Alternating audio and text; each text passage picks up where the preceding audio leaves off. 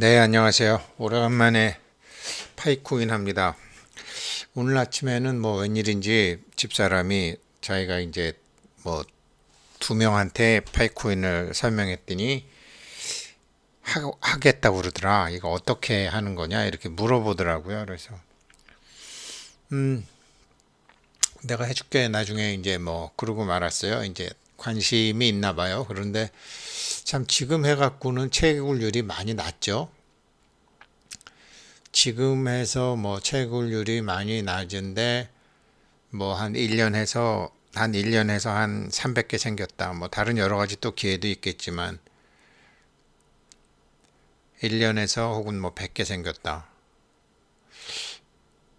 그래도 해봐야죠. 다른 방법이 또 있을 거고 그렇게 해서 공부를 하게 되면 뭐 코인도 역시 이제 코인도 역시 시장에서 거래가 되기 때문에 뭐 쌀 때 사서 얼마든지 모을 수 있는 거죠.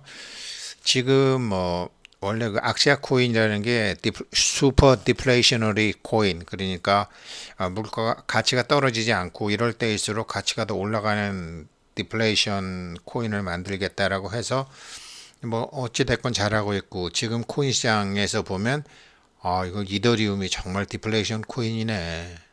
막 지금 이더리움만 그래도 가치 회복을 계속 지켜가면서 하고 있잖아요. 극복하면서. 디플레이션 코인이 되려면 유동 물량을 팍팍팍 줄여줘야 되거든요. 공급을 아, 물량 공급을 줄이는 거죠. 마치 기업이 자사주 매입을 한 다음에 자사주 소각을 하듯이 이제 그렇게 해주는 거죠. 그런데 이제 파이코인도 그렇게 할 확률도 굉장히 높고, 그래서 지금 시작하더라도 일단 파이코인에 대해서는 좀 알 필요가 있다. 이 파이코인, 원래는 파이코인이고 리스크만으로도 1파이당 100불은 가야 된다라고 썸네일 다를까 하다가 그냥 KYC 리스크만으로도 잠재 가치는 엄청 이렇게 했어요. 이게 왜 그런지 한번 보자고요. 파이코인 KYC는 제가 처음부터 이상하다고 생각했잖아요. 얘는 왜 이렇게 KYC를 빡세게 하는 거야. 지금도 계속 KYC 진행 중이잖아요. 근데 사실은 전 얘네들에 대한 의문이, 요번에 그 한국형 비행기 그 KF-21 보고서 많이 풀렸어요. KF-21 뭐 본격적으로 이제 시작한 거는 2014년도부터 이제 예산 배정에서 시작을 했다고 하던데, 그리고 2016년도에 그 공군 참모총장이던 이제 최차규 총장하고 이제 국방부 장관하고 이렇게 다 대통령하고 해서 방향을 잡고서 했다고 하던데, 그렇게 봐도 8년, 그 다음에 처음에 김대중 대통령이 야 우리도 비행기 만들자라고 했던 것부터 하면 20년 이렇게 됐는데, 아무튼 실질적으로 뭐 검토하고 회의하고 해서 요이 땅 해갖고 시작한 거는 8년이라고 해요. 8년이 돼서 이제 비행기가 나온 줄 알았는데 이게 뭐 4년을 더 테스트 해봐야 된다면서요? 마치 지금 메인넷 만들어놨지만 계속 테스트넷에서 하는 것처럼, 수없이 해야 되는 것처럼. 마침 그 KF-21 이 정말로 이 비행기를 개발한 이제 총괄 팀장이 뭐 우리가 이제 뭐 거기 이제 그 개발 팀장 이제 아무튼 뭐 인연이 조금 있어요. 아무튼 그러면서 이제 관심을 갖고 좀 더 이제 깊게 보니까 이제 이게 이렇게 되는 거구나라는 생각을 다시 한번 해보게 된 거죠. 그래서 이제 파이 네트워크의 KYC 하는 걸 가만히 보게 되면요. 파이 네트워크 KYC의 파이코인 블록체인 기술이, 예, 블록체인 기술에 대한 어떤 단서를 볼 수 있을 것 같아요. 뭐냐면 일단 다른 코인은 다 거래소에서 KYC 하잖아요. 뭐 그 다음에 뭐 이상하니까 핸드폰으로 추후에 한다고 그래서 KYC 하는데 그냥 뭐 대충 하잖아요. 막 검증에 뭐 지금 막 검증해서 안 되기도 2중 3중 검증을 하고, 근데 KYC는 다 금융기관에서만 하든지 안 그러면 그래서 이런 형태의 KYC는 다 코인 거래소에서 하든지 금융기관에서만 하는데 얘는 뭐야? 파이네트워크는 금융기관도 아니고 거래소도 아닌데 전 세계 129개에서 500만 명 대상으로 KYC 사람 얼굴, 눈동자, 뭐 정보, 여권 넘버 뭐 다 떠가는데 이거 뭐야? 만약에 이게 스캠이면은 정보를 3,500만 명이나 하는데 이거 뭐야? 중국 공산당이야? 뭐 러시아야? 뭐야 이거 도대체? 그런 KYC 리스크도 객관적으로 있는 거죠, 사실은. 그런데 정말로 자기네들이 하고자 하는 아, 얘네는 돈을 금융기관이라고 그러면 이렇게 KYC 하는 게 이해가 되고요. 금융기관도 아닌데 왜 이렇게 하지? 라고 하게 되면 의심이 가는 거고요. 그러니까 합리적인 의심이잖아요. 그래서 이 리스크만으로도 만약에 이제 이런 어떤 정보를 훔쳐가려고 하는 그런 게 아니라면 1억 파이코인은 이 자체만으로도 어마어마한 가격은 제로이지만 가치는 어마어마한 가격이 나올 가치를 현재 잠재 가치로 갖고 있다고 봐야 되겠죠. 먼저 이제 제가 구글에서 한번 진행 개발 현황 보니까 2022년 2월에 락업이 됐고요. 락업은 자발적으로 하는 거고요. 락업 비율이 높을수록 채굴 속도가 빨라지고요. 2022년 올해 3월에 반감기가 진행됐고 채굴량이 반에 반 가까이 줄어들었고 사실 요즘은 노드나 어닝팀 자기 혼자 해서는 채굴이 거진 안 되는 거나 마찬가지고요. 어닝팀 5명을 짜야 되는 거죠. 저희 집사람도 이제 그렇게 해야 되는 거죠. 한 명이나 2명이 해갖고는 뭐 거진 채굴이 안 되는 거나 마찬가지.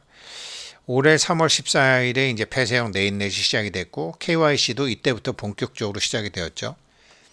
그런데 지금 뭐 벌써 몇 달째 지금 아무튼 지지부진하고 있는 거죠. 굉장히 뭐 이것 때문에 성질 급하신 분들 내지만 지금 우리가 KF-21 비행기 만들어 놓고 난 다음에도 8년 동안 해서 만들어 놓고 난 다음에도 처음 비행기 한번 떠봤는데 앞으로 4년간 2,000번 이상을 더 떠봐야 된다는 거 아니에요? 사실은 설명을 드릴게요. 그래서 지금 얘네도 지금 이제 파이코인도 이게 굉장히 많은 그 실습을 해야 되는 거죠. 굉장히 많은 실습하고 그러니까 블록체인의 기술이 이제 분산 원장이라든가 합의 메커니즘이라든가 뭐 암호화, 스마트 계약 이런 게 블록체인에서 완벽하게 이제 돼야 되고 데이터 처리, 데이터 보안, 데이터 응용 이런 게 다 돼야 되잖아요. 이걸 계속 지금 테스트해야 되는 거 아니에요. 비행기 한 대 뜨는 것보다 사실 더 하죠. 비행기 하나 뜨는 거 뭐 비행기 하나 뜨는 거랑은 사실은 이런 여러 사람 3,500만 명 앞으로 뭐 1억 명까지 가게 될지도 모르지만 어떻게 보면 이걸 테스트를 더 많이 해야 되는 거죠. KYC 이렇게 남의 소중한 정보 다 가져간 회사가 도둑놈들이 아니라면 그렇죠? 이렇게 했는데 4월 달에 또 반감기 했어요. 지난만큼 치명적으로 줄어들진 않았고 파이투데이 메인넷 지갑으로 마이그레이션이 진행된다는 소식 전해오고 있어요. 그리고 이제 지금 7월 14일경부터 파이코인으로 이제 물건을 거래하는 사례가 막 늘어나는 중이다가 이제 현재 구글에 나와 있는 파이코인 상황이었어요. 그래서 저만의 앵글로 파이코인을 보다가 이제 객관적인 앵글로 파이코인을 한번 보다 보니 파이코인의 가치도 다시 알게 되고 사람들이 생각하는 리스크가 어떤 것인지 그리고 그 리스크가 합리적인지 아니면은 그냥 내가 싫어하는 거기 때문에 내가 없기 때문에 감정적으로 미워하는 건지 그런 것도 한번 좀 보게 됐고요. 먼저 이제 상장되지 않은 비상장 코인이기에 아직 코인의 가치는 0이다. 뭐 이렇게 돼 있길래 가치가 0이 아니죠. 가격이 0이죠. 시장 가격이 0이죠. 가치는 그죠. 스텔라 합의 프로토콜을 기반으로 한다.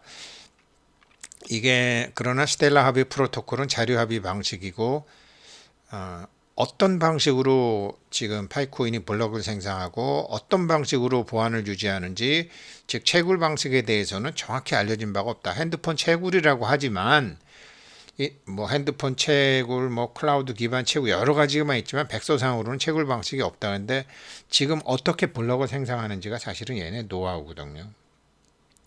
그런데 이제 얘네 뭐 지갑 만드는 거 그다음에 그 블록체인 익스플로러 같은 거 이제 테스트넷 이렇게 하는 거 보게 되면 지금 이제 계속 이제 테스트 그런 거를 이제 실험을 많이 하고 있죠. 그러니까 이 블록체인 파이코인 블록체인 브라우저를 통해서 이제 거기 여러 가지가 있잖아요. 뭐 지갑도 있고 뭐 거기서 유튜브도 어쩌고도 쭉 하고 있잖아요. 이게 이제 어떻게 보완이 되는지는 아주 그게 기술인 것 같아요. 마치 KF-21이 지금 비행기가 하나 만들어졌는데 이게 뭐 미국의 뭐 어떤 좀 이상한 사람들은 어, 미국 거를 뭐 통째로 카피에다가 만들었다. 아니에요. 엄청난 인공지능 같은 이런 거 한국이 그런 거 굉장히 잘하거든요. 제 친구도 그거 하나 개발해 갖고 100억에 이렇게 파는 친구도 있는데 가상훈련, 모의훈련. 그러니까 뭐 다른 나라들은 전쟁을 크게 안 했지만 우리는 소련이 망한 다음에도 30년간 북한하고 뭐 천안함으로 싸우고 연평도에서 싸우고 뭘 싸우고 전쟁이 경영학이잖아요. 그런 게 어마무시하게 발달한 나라가 한국이고 그게 이번에 KF-21이라는 비행기에서 전반적으로 뭐 공대공, 공대지, 그다음에 상대방 비행기, 우리 비행기 이런 걸 종합적으로 인공적으로 다 계산해 갖고 컨틴전시하게 이제 적응하는 방식 그런 거예요. 그게 이제 금융 쪽으로 와서 이거를 빠른 시간 내에 송금을 하고 이게 진짜냐 가짜냐 해서 코인이 왔다 갔다 해야 될 거 아니에요. 그게 스텔라 합의 프로토콜이거든요. 인공지능과 비슷한 거라고요. 굉장히 빨리 하는 거죠. 그러니까 지금 이게 파이코인은 굉장히 지금 중요한 거죠. 다른 코인과 달리 실질적으로 129개에서 막 이게 129개에서 환율이 그냥 해야 되는 거 아니에요. 환율이. 그러니까 우리가 한국에서 유로화나 베트남 동화 직접 살 수 있나요? 달러 거쳐서 해요. 유로도 달러 거쳐서 합니다. 그러니 어, 환율은 초당이 뭐예요? 초당 막 가격이 달라지는 거 아니에요. 물론 기준 환율이라는 게 정해져 은행 같은 데 가서는 정해져 있지만 여기는 지금 129개 환율을 어떻게 할 건데요? 그게 다 스텔라 합의 프로토콜로 빨랑빨랑 해야 되는 거거든요. 그래서 뭐 24시간에 한 번씩 채굴 버튼을 누르면 채굴이 이루어진다. 휴대폰을 꺼놔도 채굴이 되며 채굴이 휴대전화의 성능에 영향을 미치지 않는다. 그러나 실제로 이것을 채굴이라고 할 수 있는지는 의미다. 그래서 이제 민팅이라고 하죠. 마이닝이라기보다 이제 민팅이라는 말을 많이 쓰죠. 암호화폐에서 채굴이라는 것은 블록 생성 혹은 거래 내역 검증을 위해서 연산 작업을 수행하는 것을 의미하는데 파이네트워크는 모바일 앱에서 어떤 블록 생성도 하지 않는다. 거래 내역 검증도 하지 않는다. 어떠한 연산 작업도 수행하지 않는다. 네트워크 연결 처리를 위한 연산 작업을 일부 하기는 한다. 근데 아무튼 이런 채굴이라는 말을 쓰는데 블록체인에서 지금 무엇을 하고 있는지가 아직 공개가 안 됐나 봐요. 그리고 추천인 제도가 있고 추천인을 많이 모으면 채굴 속도가 빨라진다. 이런 이유로 다단계 스캠이라는 유혹이 있다. 파이코인의 이런 방식은 옛날에 상장 폐지된 블러드 코인이라는 스캠 코인의 방식과 완전히 유사하다. 블러드 코인이라는 게 이게 있었더라고요. 그래서 뭐 하루에 10만 원어치 코인이 채굴된다. 근데 CPU 방식으로 이제 뭐 이렇게 하는 건데 이제 CPU 방식 보안이 안 되니까 망했죠, 결국은. 뭐 이렇게 똘똘한 사람들이 다 이렇게 막 체크하고 그랬었나 봐요. 그래서 없어졌고 2017년도에 한번 유행하다가 2018년도에 없어진 것 같아요. 뭐 이렇게도 나오고 이러면서 이제 정보만 털어간 거 아니냐 뭐 이런 얘기도 좀 있었고요. 근데 파이 네트워크는 여전히 그 한국형 비행기처럼 개발 중인 상태다. 따라서 극소수의 인원을 제외하면 현재 거래가 전혀 불가능한 상태이다. 그렇죠. KYC 마친 사람들끼리만 하니까 아직 테스트넷이긴 하지만 전송 속도가 굉장히 빠르다. 아주 전송 속도가 지금 아주 5초 미만으로 거래가 우리 왜 코인 막 보내고 막 결제해보고 하는 거잖아요. 비트코인이 20분 내지 30분 정도 걸리는 20분 내지 30분 정도 걸린대요. 굉장히 빠르고. 다만 이제 사용자 수가 이제 뭐 3천만, 뭐 1억, 10억이 되고 메인넷에 들어갔을 때 어느 정도 속도가 나오는지가 관건이겠죠. 그때가 돼도 지금 뭐 이런 것 때문에 지금 테스트넷에서 계속 이제 하는 거겠죠. 현재 마이그레이션이 진행되고 KYC 인증에 성공한 사람 한정으로 거래가 가능했으나 얼마만큼의 가치가 될지는 미지수이다. 네, 여기 나온 거죠. 보통은 거래소에 상장한 후 거래소에서 KYC 인증을 받는 것이 일반적인데 파이코인은 거래소 상장 이전에 대행사를 통해 KYC를 진행한다. 그리고 이제 검증하고 저 같은 사람도 검증하고 KYC 인증은 여권 정보, 얼굴, 사진, 주민등록번호 등 민감한 개인정보가 다수 포함되어 있으며 때문에 파이코인이 개인정보를 탈취하려는 목적일 가능성이 존재한다라고는 돼 있어요. 그런데 이게 이제 금융기관이라고 그러면 금융 쪽을 생각한다 그러면 다른 거죠. 그래서 지금 파이코인이 제가 처음부터 말씀드렸지만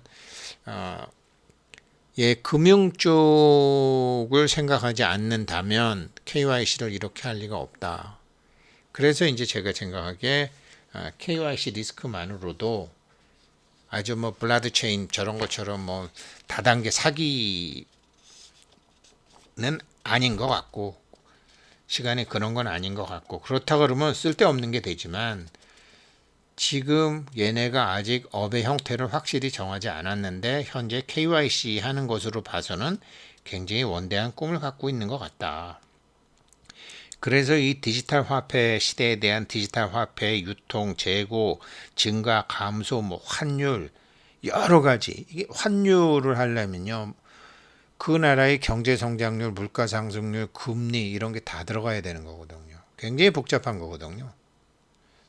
그러니까 그런 것을 뭐 하늘에서 공중전을 하는 비행기에 비유할 수도 있고 그런 걸 우리나라가 이제 시작을 해갖고 지금 하는데 8년 걸렸는데 얘네는 시작해가지고 2019년 3월 14일 날 해갖고 지금 뭐 3년밖에 안 된 거 아닌가요?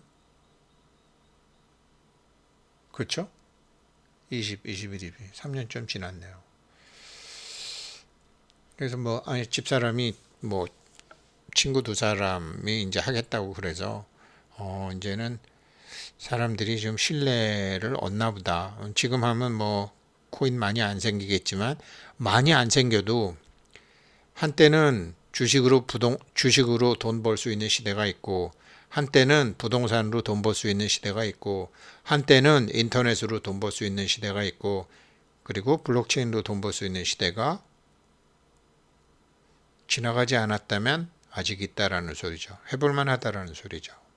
200개건 300개건 그게 뭐 1000불이 갈지 10,000불이 갈지 1불이 갈지는 모르지만 그리고 그렇게 인연을 맺어준다면 어차피 시장에서 거래될 거니까 싸게 살 수도 있는 것이고 그렇게 보자라는 거죠. 네, 토요일 감사합니다.